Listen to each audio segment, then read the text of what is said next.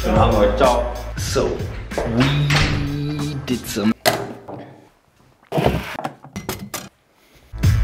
Sunday evening office work. So roughly 4 weeks ago, I met Neistat. What struck me is when he said... So it's only when sort of my hand gets forced that I move on to the next thing. And I thought about that a lot because he's still, no matter what you think of him, one of the most creative YouTubers at the moment. The setting, the scene, how he's framing. He's a good storyteller. So there is a lot what he's changing to something where people used to just talk to the camera, like I do right now. I'm always thinking of these two extremes. Let me see if you can show like these two extremes of should you stick with what you already know and stick to that, or should you like do new stuff all the time in order to stay ahead of things? How would you master these two extremes? And I compare them as the one is like lamp, like this guy here, the one that is more like try new things. So you see more stuff. And this could be a tool, this could be a creative process, this could be a new meeting format.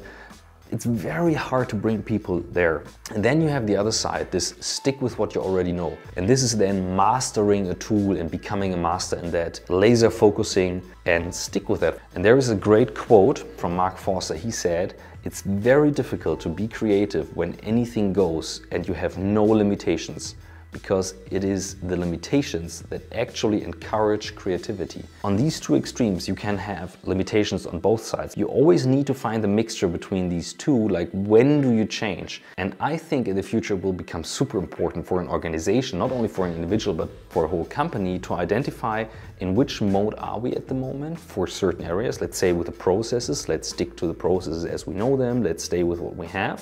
And then oversee that you're already mastering it and that there is nothing new happening. Like you have this, you have this laser that you're using and to shoot on every point, but you don't have this broad lamp and see like what is happening around you at the moment. On the other hand, if you switch all the time and test new stuff and new tools and you do that constantly, of course you cannot grow as a company and master your operations. So these are the two extremes. Should you stick with what you already know, or should you try new stuff all the time? I believe it's more important to be able to say like, now I want to switch and try something new, instead of being forced in one or the other direction. I think training this muscle of mastering something, like being able to say like, I really want to stand it, and then not use a tool for, okay, because we're using Outlook and use the mouse all the time. Then if you really stick with something, then master it, become a master in that bit by bit.